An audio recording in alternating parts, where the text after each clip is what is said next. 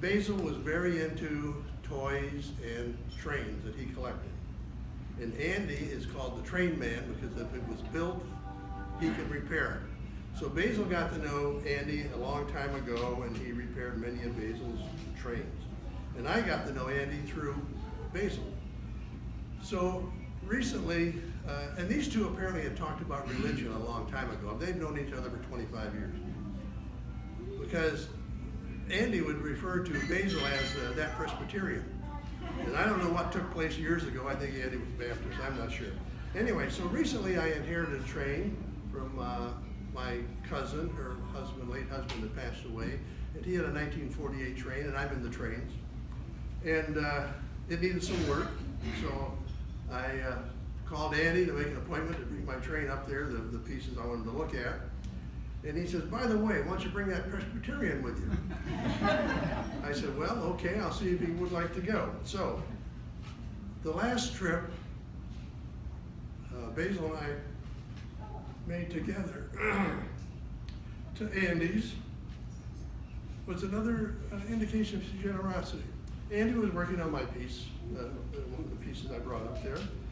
And Basil said, Andy, do you have a freight car that would go with this 1948 set that George got recently? He said, I think so. And he brought over a freight car. He says, how about this one? Basil says, I'd like to buy that from you as a gift for George. And Andy says, well, how much do you want for it, Andy? Andy said, he says, $15. And Basil said, well, I'd like to buy it on one condition. What's that? I'll pay you have to take $20 for it. And he says, really? And he says, yes, I insist. So there's two lessons here. One is Basil wanted to give me a gift, which I'm very grateful for. And he also wanted to share a little generosity with Andy, who's been a loyal train guy for him for years. Another example is the pies. Basil and I shared what we felt were the best apple pies on the planet from Dexter Cider Mill. And quite often in the fall, he'd call them up and he'd order up some pies, unbeknownst to us. And then Mary and I'd get a call like on a Saturday morning. Say, George, Mary, I got an apple pie for you. And he'd bring it over. He was really a very, very caring person and very generous in that regard. I have a runny nose here. Excuse me. All right, there we go. Another thing Basil loved were family gatherings. He loved to have family together at either reunions or at a restaurant or to share a meal. It was all in the meeting and the sharing that Basil loved. We enjoyed reunions here. We enjoyed reunions in Montana. In fact, on one of the recent Montana reunions, we were riding the Charlie Choo Choo out of Lewistown, Montana. It's a dinner train. And there were several of us from the reunion on that train. And we were having dinner, and then the train was halted by bandits. And they boarded the train, we were held up and had to give up our play money. And then the bandits had a shootout. But anyway, it was good fun for all. We had a great time. Now, photos by the Tripp sisters. Mary, Kathy, Elizabeth. Basil would rather have a root canal than to endure a photo shoot by the Tripp sisters.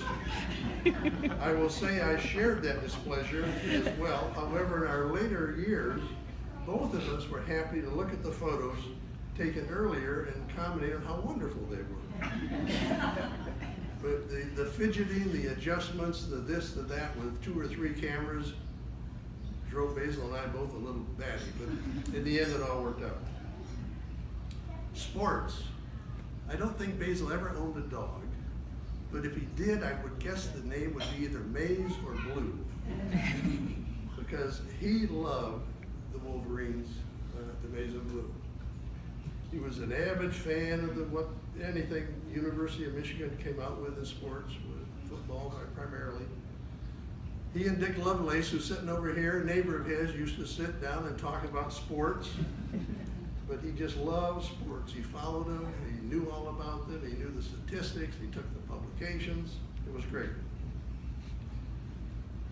Now, another thing about Basil, he grew up in an era, the Depression had just ended.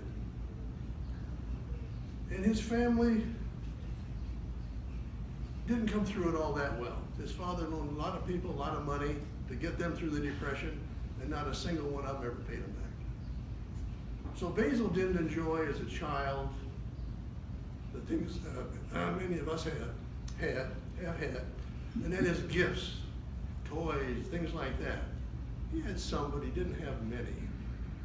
So later in life, after Basil and Kathy had established their careers and done well, and then especially after Basil retired, he started to collect toys and trains, toy trains.